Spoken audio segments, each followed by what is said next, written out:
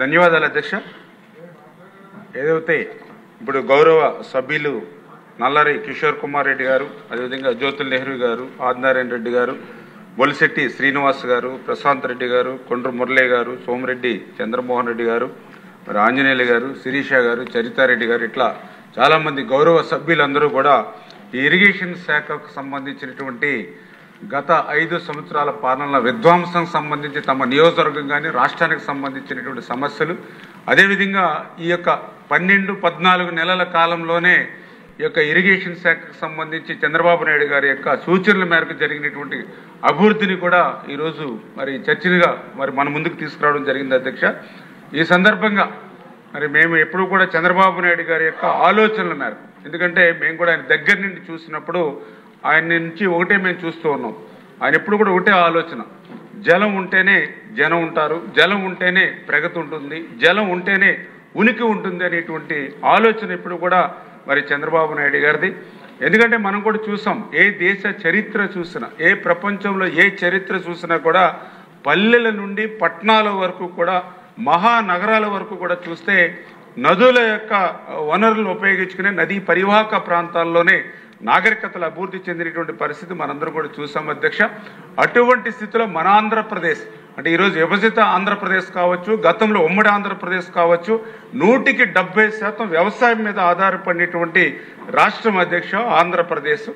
అటువంటి వ్యవసాయానికి ఒక ఆయువు పట్టు, ఒక ఆధారం జలవనరుల శాఖ అనే విషయాన్ని మరి చంద్రబాబు నాయుడు గారు మరి ఆ రోజు గుర్తించి ఆ యొక్క జలవనరులతోటే ఆ జలవనరుల్ని సద్వినియోగం చేసుకుంటేనే రాష్ట్రంలో ఒక సిరి సంపద ఉంటుంది, రాష్ట్రాన్ని ఒక కరువు రహిత రాష్ట్రంగా మార్చొచ్చు అనేటువంటి ఆలోచనతోటే మరి చంద్రబాబు నాయుడు గారి యొక్క పనిచేసేటువంటి విధానం ఏదైతే ఉందో.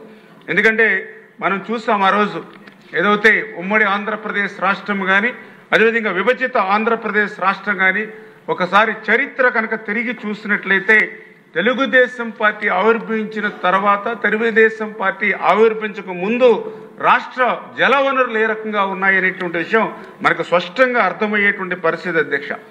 ఎందుకంటే మీ అందరికీ తెలుసు, ఆ రోజు మరి అన్న ఎన్టీ రామారావు గారు తెలుగుదేశం పార్టీ పెట్టక ముందు ఆంధ్రప్రదేశ్ రాష్ట్రంలో వ్యవసాయం అంతా కూడా చూస్తే నదుల పరిసర ఏదైతే అనుబంధమైనటువంటి డెల్టాలు, కాలువలు, వాగులు, వంకలు, వర్షాధార చెరువుల చెంతనే ఆ రోజు వ్యవసాయం ఉన్నటువంటి పరిస్థితి అధ్యక్ష. ఆ రోజు చూస్తే వ్యవసాయం సంబంధించినటువంటి విస్తీర్ణం కూడా చాలా పరిమితంగా ఉండేటువంటి పరిస్థితి అధ్యక్ష.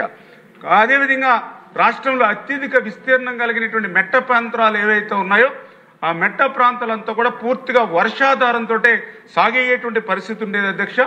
దాని ఫలితంగా వర్షాలు తక్కువగా ఉన్నప్పుడు కరువు రక్కసి కోరల్లో ఆ రోజు రాష్ట్రం కానీ రైతులు కానీ చిక్కుకున్నటువంటి పరిస్థితి.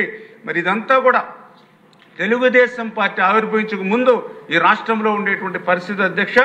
తర్వాత తెలుగుదేశం పార్టీ వచ్చిన తర్వాత ఆంధ్రప్రదేశ్ రాష్ట్రంలో మరి ఏదైతే వ్యవసాయం కానీ ఇరిగేషన్ కానీ చరిత్రే మారిపోయినటువంటి పరిస్థితి అధ్యక్ష.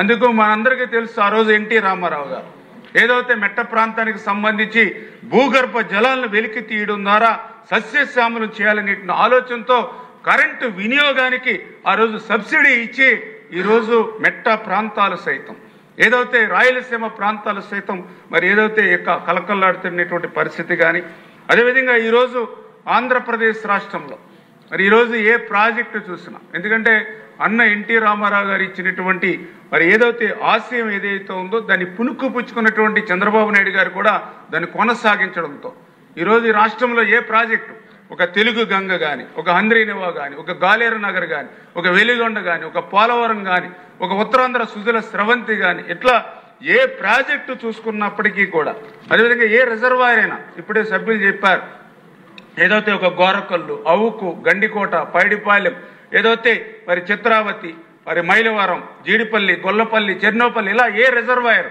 ఏ ప్రాజెక్టు చూసినా కూడా ఈ ఆంధ్రప్రదేశ్ రాష్ట్రంలో గుర్తుకొచ్చేది అన్న ఎన్టీ రామారావు గారు, చంద్రబాబు నాయుడు గారు అనేటువంటి విషయాన్ని ఈరోజు స్పష్టంగా ఈరోజు మనందరం కూడా గుర్తుపెట్టుకోవాల్సినటువంటి పరిస్థితి అధ్యక్ష. నేను ఎందుకు చెప్తున్నానంటే ఈ రకంగా ఈ ప్రాజెక్టుల పేర్లు చెప్పినా, ఈ రిజర్వాయర్ల పేర్లు చెప్పినా తెలుగుదేశం పార్టీ గుర్తుకు వస్తుంది. అదే వైఎస్ఆర్సీపీ పార్టీ అంటే ఒక శాండ్, ఒక ల్యాండ్, ఒక మైన్, ఒక లిక్కర్, ఈ మాఫియా గుర్తుకొచ్చేటువంటి పరిస్థితి ఈరోజు ఆంధ్రప్రదేశ్ రాష్ట్రంలో మనందరం కూడా చూస్తున్నటువంటి పరిస్థితి అధ్యక్ష. ఈరోజు ఆంధ్రప్రదేశ్ రాష్ట్రంలో ఉన్నటువంటి మెట్ట ప్రాంతాలు కానీ, అదేవిధంగా ఏదైతే మరి రాయలసీమ ప్రాంతాలు కానీ ఈరోజు డెల్టా ప్రాంతాన్ని తలదిన్నేటువంటి విధంగా సిరులు పండుతున్నాయన్న. మరి ఆ రోజు మనం చూసాం శ్రీకృష్ణదేవరాయల కాలంలో ఒక స్వర్ణయుగం. ఆ రోజు రాయలసీమ అంటే ఒక రతనాల సీమగా వెలుగొందినటువంటి పరిస్థితి ఆ రోజు శ్రీకృష్ణదేవరాయల పరిపాలనా కాలంలో చూసాం. ఎందుకంటే ఆ రోజు రాయలసీమలో ఉన్నటువంటి తటాకాలన్నీ కూడా జలకలతో నిండు కుండల్లాగా కలకల్లాడుతున్నటువంటి పరిస్థితి ఆ రోజు శ్రీకృష్ణదేవరాయల కాలంలో చూసాం. మళ్ళీ తిరిగి ఈరోజు చంద్రబాబు నాయుడు గారి పరిపాలనలో ఆ శ్రీకృష్ణదేవరాయలు గారి యొక్క రతనాల సీమ ఏదైతే ఉందో ఈవేళ రాయలసీమలో ప్రతి జలాశయం కూడా నిండు కుండల్లాగా కలకల్లాడుతూ ఉన్నాయని అంటే ఈరోజు చంద్రబాబు నాయుడు గారు అభినవ శ్రీకృష్ణదేవరాయలు అనేటువంటి విషయంలో ఈవేళ స్పష్టంగా మనందరం కూడా చెప్పుకోవచ్చు అని చెప్పి కూడా మరి ఈ సందర్భంగా మీ ద్వారా కూడా మరి తెలియజేసుకుంటూ, మరి ఈ రకంగా ఇంత అభివృద్ధి వైపు, సంక్షేమ వైపు ఈరోజు ఈ కూటమి ప్రభుత్వం పనిచేస్తూ ఉంటే మరి మనం చూస్తున్నాం అధ్యక్ష. ఏదైతే జగన్మోహన్ రెడ్డి గారు మరి అధికారాన్ని కోల్పోయినటువంటి పరిస్థితులు ఈరోజు అదే రకమైనటువంటి డ్రామాలు, అదే రకమైనటువంటి సెట్టింగ్స్ పెట్టేటువంటి పరిస్థితి ఆ రోజు అధికారంలో ఉన్నప్పుడు కూడా చూసాం. మేము కూడా ఏదైనా డ్రామాలంటే ఎక్కడైనా రాజకీయ నాయకులు ఏదైనా డ్రామా లేకపోతే సినిమాల్లో సెట్టింగ్లు చూసేటువంటి పరిస్థితి ఆ రోజు ఉండేది అధ్యక్ష.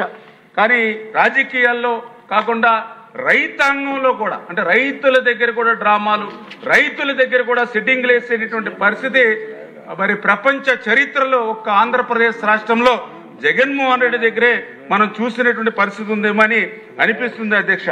ఎందుకు ఈ మాట చెప్తూ ఉన్నామనంటే మరి ఆ రోజు ఏదైతే హంద్రీనివా, ఎందుకంటే హంద్రీనివా ఏదైతే ఉందో ఆ రోజు అధికారంలోకి వచ్చి సంవత్సరంలోనే పూర్తి చేస్తానని ప్రగల్భాలు పలికి 5 సంవత్సరాలు ఒక తట్ట మట్టి తీయలేదు, ఒక అర్బస్తా సిమెంట్ పెట్టలేదు, ఒక్క రూపాయి ఖర్చు పెట్టలేదు, ఆఖరికి కరెంటు బిల్లుల బకాయిలు కూడా చెల్లించకుండా వదిలిపోయినటువంటి పరిస్థితి అధ్యక్ష.